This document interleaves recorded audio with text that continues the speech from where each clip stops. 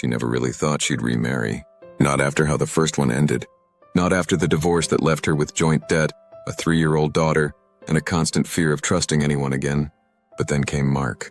He wasn't flashy or wildly romantic. He didn't sweep her off her feet. He just showed up, over and over again, helped her with groceries when they met outside the daycare, asked how her daughter was doing after a bout with strep, invited her to a community picnic without expectations. His quiet presence was comforting. He was 10 years older, with a soft voice and kind eyes. No kids of his own, never married. Worked as a systems analyst from home. Not exciting, but stable. Consistent. After a year and a half of dating, he proposed. She hesitated, not because of him, but because of everything else. The trauma from the past, the exhaustion of parenting, the feeling that maybe people like her didn't get second chances. But her daughter loved him. More than that, trusted him.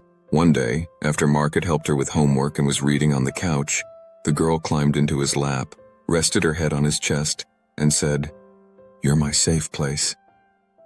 That was the moment she said yes in her heart, even if it took her 2 more months to say it out loud. They married in a small backyard ceremony. Nothing extravagant, just close friends, a few family members, and her daughter as the flower girl. Mark cried during the vows. She didn't, but her hands shook the whole time. The next 2 years were quiet, in the best possible way. No fights, no drama. She got used to hearing him typing in the next room. Got used to him leaving post-it notes with reminders. Got used to how he always refilled the ice trays, how he folded laundry like a machine, how he remembered the names of every student in her daughter's class. It wasn't a passionate whirlwind, but it was real. Honest. She started to forget what it felt like to constantly look over her shoulder, until Mark died. It happened on a Tuesday. She'd come home from work to find the house oddly still. Her daughter was at a sleepover. Mark should have been home. His car was in the driveway. She found him upstairs, collapsed on the floor near the bathroom, phone in his hand, eyes closed, unmoving. Later, the EMTs said it was a heart attack. A massive one. No signs of struggle. No indication of foul play.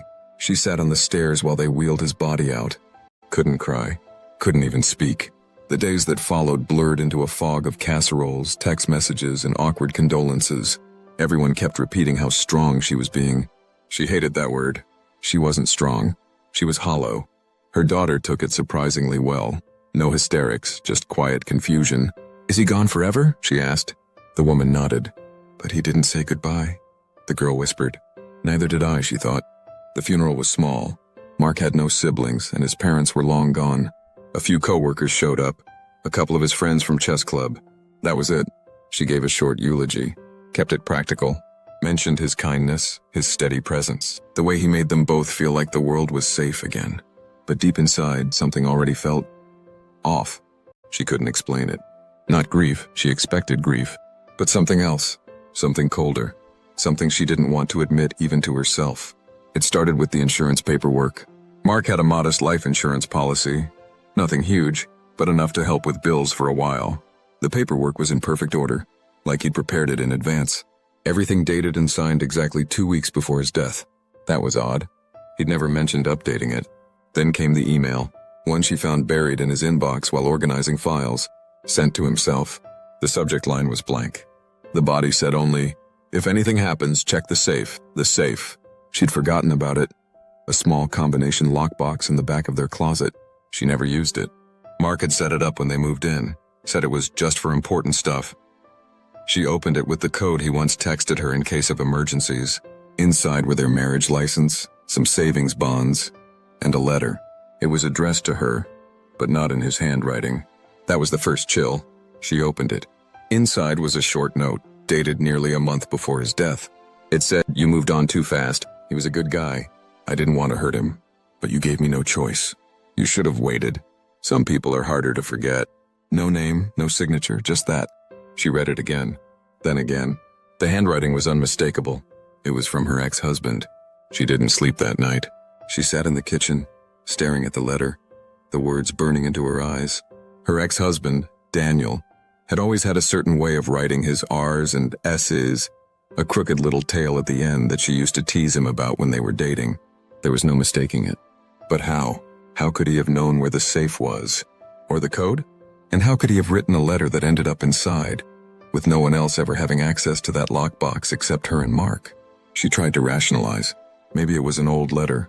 Maybe it had nothing to do with what had happened. But that made no sense. She and Daniel hadn't spoken in over 3 years. After the divorce, they barely exchanged emails, only about custody and logistics.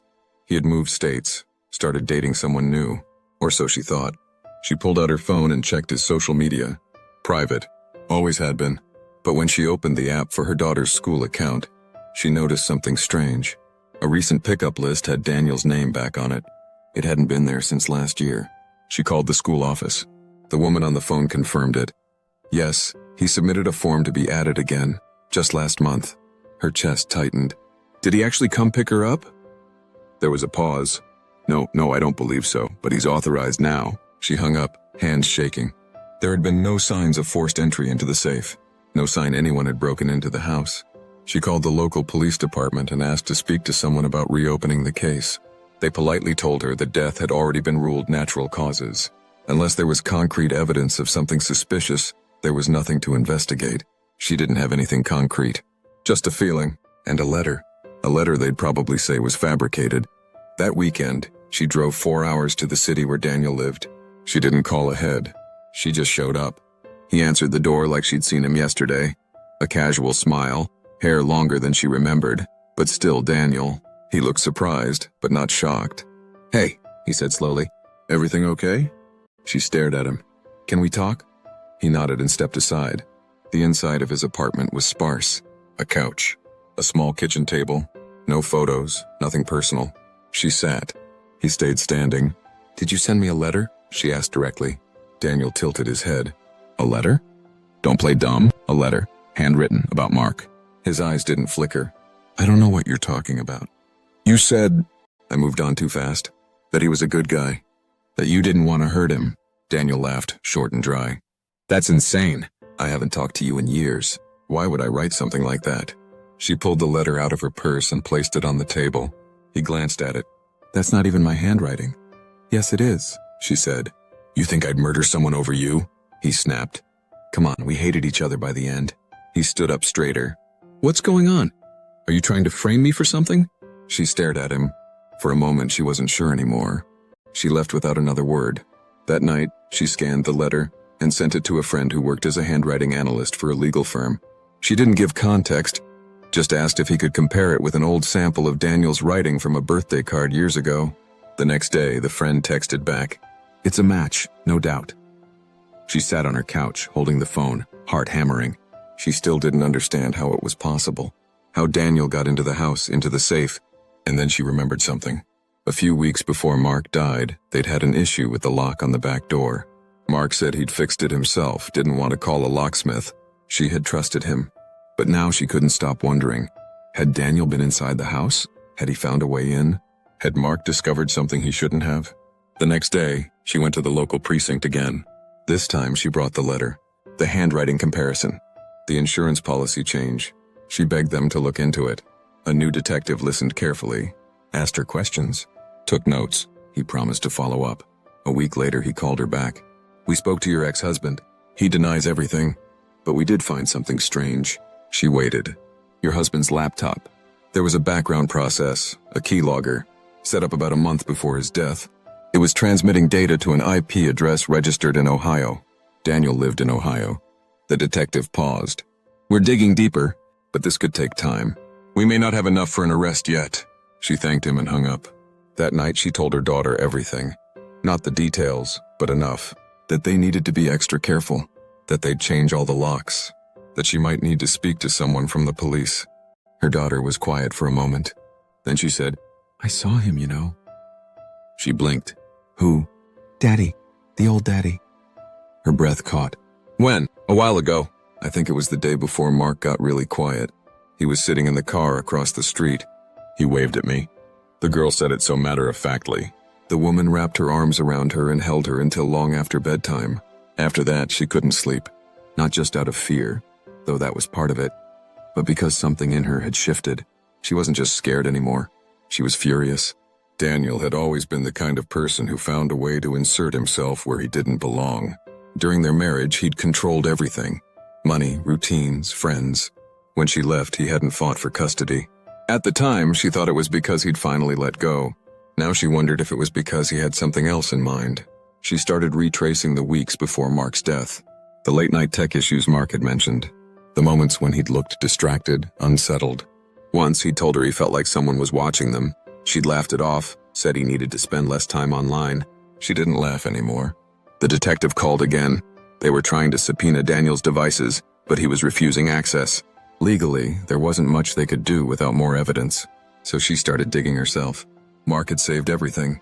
Old backups, cloud archives, encrypted folders she'd never noticed. She didn't understand most of it, but she found one labeled, "Just in case." Inside was a video. It was short, under 3 minutes. It showed Mark sitting at his desk, pale and drawn. He looked directly into the webcam. "If something happens to me," he said, "please check the router logs. I don't want to make accusations, but I think someone's been inside the network. Passwords are changing on their own. I've seen documents open that I didn't touch. And the safe, I found it slightly ajar 2 nights ago. I thought I was imagining it. But now I'm not sure." He hesitated. "If this is Daniel, if you're watching this, I just want you to know that I'm not afraid of you, but you should be ashamed of yourself.